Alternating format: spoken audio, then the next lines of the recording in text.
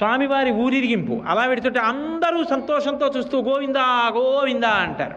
అందరూ ఆయన గురించి విని పొంగిపోతుంటారు.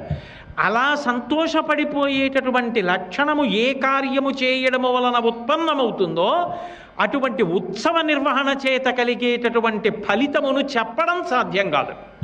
ఇక ఇంత ఫలితాన్ని పొందుతాడని చెప్పడం మాత్రం కలియుగంలో వెంకటేశ్వరుడి విషయంలో ఎవరికీ సాధ్యం కాదు. అంత గొప్ప పుణ్యాన్ని ఇవ్వడం కోసం వచ్చిన అవతారం. ఎందుకంటే కలిపురుషుడు అంత పాపం చేయిస్తాడు, వెంకటేశ్వరుడు అంత పుణ్యాన్ని కట్టబెట్టేస్తుంటాడు. స్మరణాత్ ఇష్టవర్షిణం, స్మరణం చేస్తే చాలు అనుగ్రహించేస్తాడు, వింటే చాలు అనుగ్రహించేస్తాడు. అసలు ఉత్సవం చేస్తే పొంగిపోతాడంతే.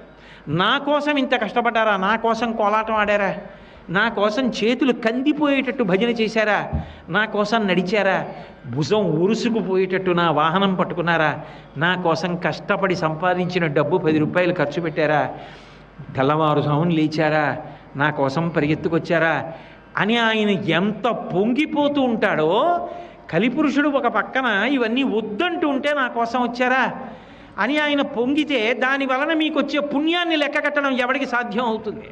అందుకే ఇది సాధ్యం కాదన్నారు.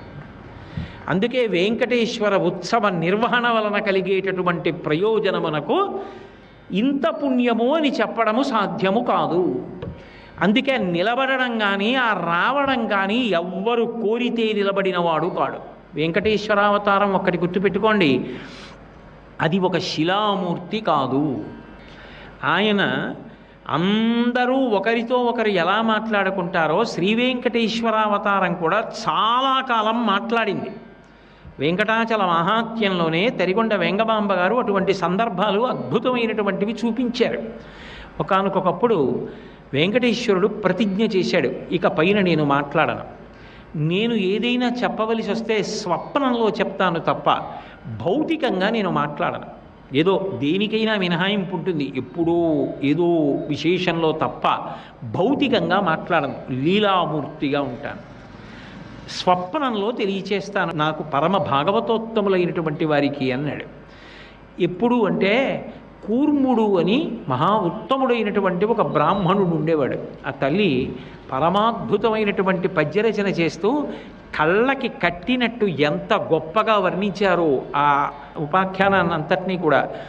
శ్రీకరమతిన్ వశిష్ఠగోత్రుండు కూర్ముండను బ్రాహ్మణోత్తముడు అచటికి ఎతించి తొండమానుని చేరి తొలుత కార్యార్థి అయి ఆశీర్వదించి జరుగుతున్న దాన్ని జరుగుతున్నట్టు కళ్ళకి కనపడేటట్టుగా పద్యరచన చేశారు, శాబ్దిక ప్రత్యక్ష ప్రసారం చేశారు.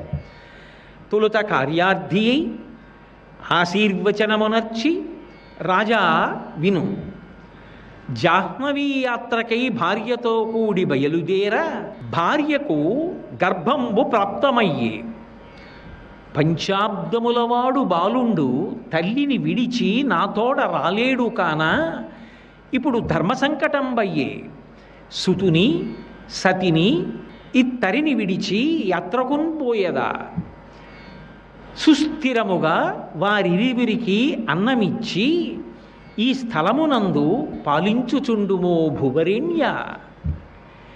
కూర్ముడు అనబడేటటువంటి బ్రాహ్మణోత్తముడు ఆయన కాశీయాత్ర చేయడం కోసం బయలుదేరాడు.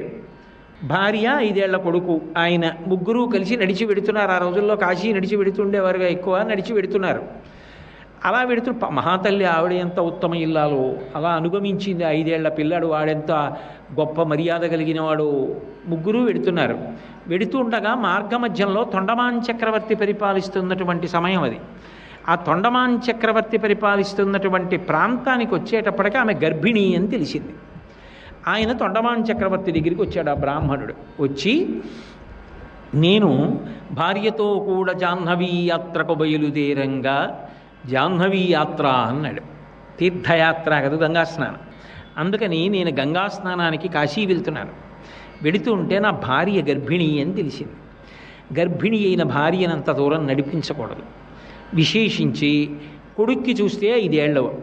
పంచాబ్దములవాడు బాలుండు తల్లిని విడిచి నా తోడ రాలేడు కాన, 5 ఏళ్ల పిల్లాడిని అమ్మని విడిచిపెట్టి నాతో రారా కాశీకి వెడదామంటే వస్తాడా?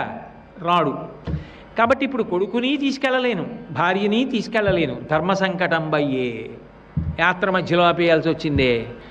రాజా, నీవు ధర్మాత్ముడవు, నువ్వు నన్ను ఆదుకోవాలి. సర్వం శ్రీ ఉమామహేశ్వర పరబ్రహ్మార్పణమస్తు. స్వస్తి.